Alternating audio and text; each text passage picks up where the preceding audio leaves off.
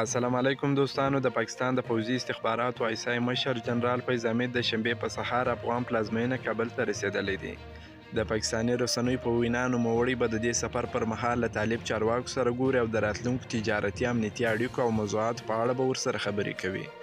پر کابل د طالبانو تر واکمنۍ وروسته دا لومړی بهرنی جګپوړی چارواکی دی چې له افغان پلازمینې ته سفر کوي.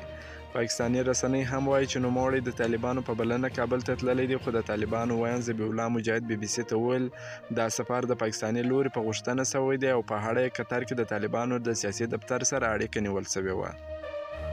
ښاغلی مجاهد وایي د دې سفر په ترڅ کې به د هوایي ډګرونو د بیا رغولو، پر ډورنډ کرښه د تګ راتګ لارو کې د افغان کډوالو ستونزو او ځینو نورو موضوعاتو هم خبرې کیږي.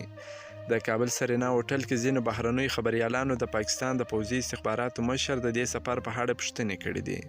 جنرال حمید د یوه خبریال د پوښتنې په ځواب کې ویلي دي افغانستان کې د سولې او ثبات لپاره کار کوي، په همدې اړه د خبرو لپاره کابل ته تللی دی.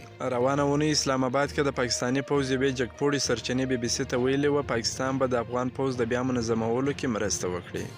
دا ګنګوستې هم شته چې د افغان پوځ شمیر به شاوخوا 2 لکه ته رسي، خو پاکستان حکومت یا هم طالبانو رسما تر اوسه پورې دا رپورټونه رد کړي دي او یا یې نه دي تایید کړي. خو په ټولنیزو رسنیو کې به یو شمیر افغانانو سخت غبرګونونه ښودلي دي او په دې اړه پر طالبانو باندې ډېرې سختې نیوکې کړي دي چې په کم حساس په دې وخت کې د عیسی مشر افغانستان ته راځي چې نه ولسمشر سته، نه وزیر خارجه سته، نه حکومت په رسمیت پیژندل سوی دی او د پردي هیواد د استخباراتو شبکې رئیس څنګه راتللی سي.